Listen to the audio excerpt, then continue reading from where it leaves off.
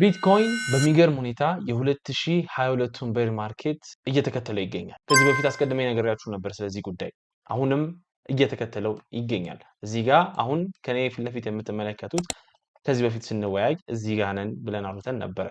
we had a big capitulation to the downside እንደምትመለከቱት ከዛ 2 ሳምንት በቀይ ያሳለፍን ከዛ አንድ አረንጓዴ ሳምንት ወደ ላይ ሪሊፍ ራሊ ያገኘበት ዊክ ነበረ። ወደ አሁኑ የቢትኮይን ቻርት ብንመለስና ብንመለከት ተመሳሳይ ነገር ኖቲስ እናደርጋለን። we had this major capitulation to the downside 2 ሳምንት ቀይ በተከታታይ ስለዚህ አሁን የሚያሳየን I think we're going to get that relief rally.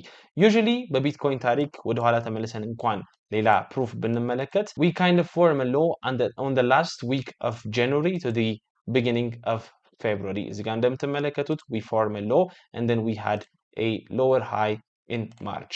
ከዚህ በፊት የነበረው ሳይክል ላይ ብትሄዱና ብትመለከቱ ተመሳሳይ ነገርን ታገኛላችሁ። we formed a low in February and then we rallied into early March.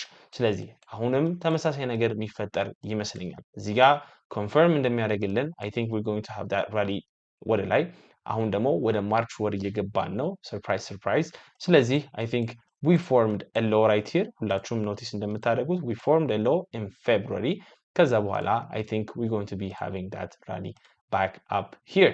ወዴት ነው ራሊ የምናገኘው ብላችሁ ከጠየቃችሁኝ my best guess is going to be at this levels right here. Why? Because it was a support on the tariff wars of Donald Trump, if you remember well. ከዛ በኋላ I think we would rally back up here and get a rejection.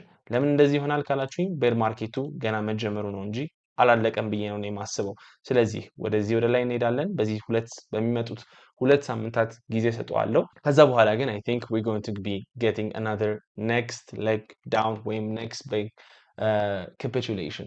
በዚህ ጉዳይ ላይ አናላይዝ ያደረኩበት ይህ capitulation ወደ ፕራይስ አክሽን ይወስደናል የሚለውንም ያወራንበት ቪዲዮ አሁን ዩቲዩብ ቻናሌ ላይ ወጥቷል። እዛ ላይ ገብታችሁ ይህንን ቪዲዮ ተጋበዙልኝ እንዳያመልጣችሁ።